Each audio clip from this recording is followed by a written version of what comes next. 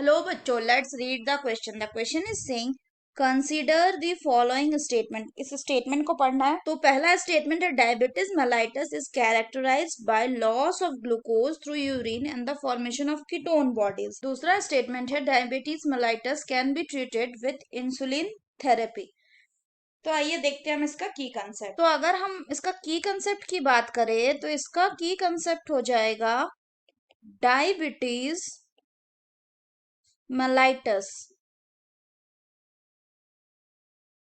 तो होता क्या है डायबिटीज मेलाइटस में, इसमें इसमें ये होता है कि जो पैनक्रियाज का जो बीटा सेल है, पैनक्रियाज का क्या बीटा सेल है, इसका क्या हो जाता है, वो फेल हो जाता है। किसमें?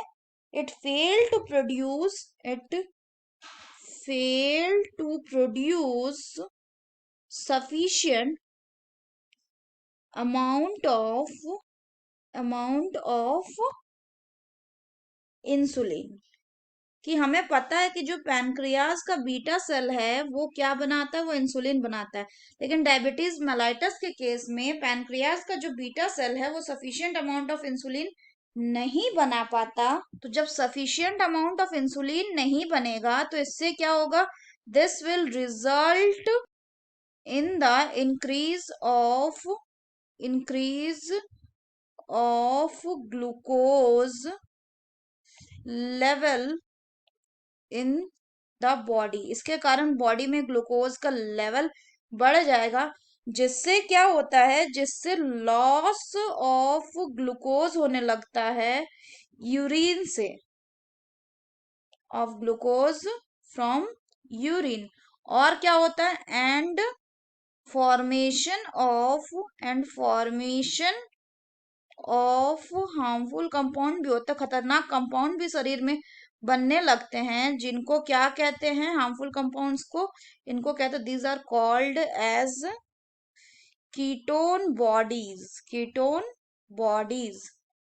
तो अगर हम ऑप्शन का एनालिसिस करें तो हम देखेंगे कि पहला स्टेटमेंट बोल रहा है कि डायबिटीज मेलाइटस में ग्लूकोज का लॉस होता है यूरिन से और फॉर्मेशन ऑफ कीटोन बॉडी होता है। तो ये स्टेटमेंट तो बिल्कुल ट्रू है। दूसरा बोल रहा है कि डायबिटीज मेलाइटस को इंसुलिन थेरेपी से हम ट्रीट कर सकते हैं।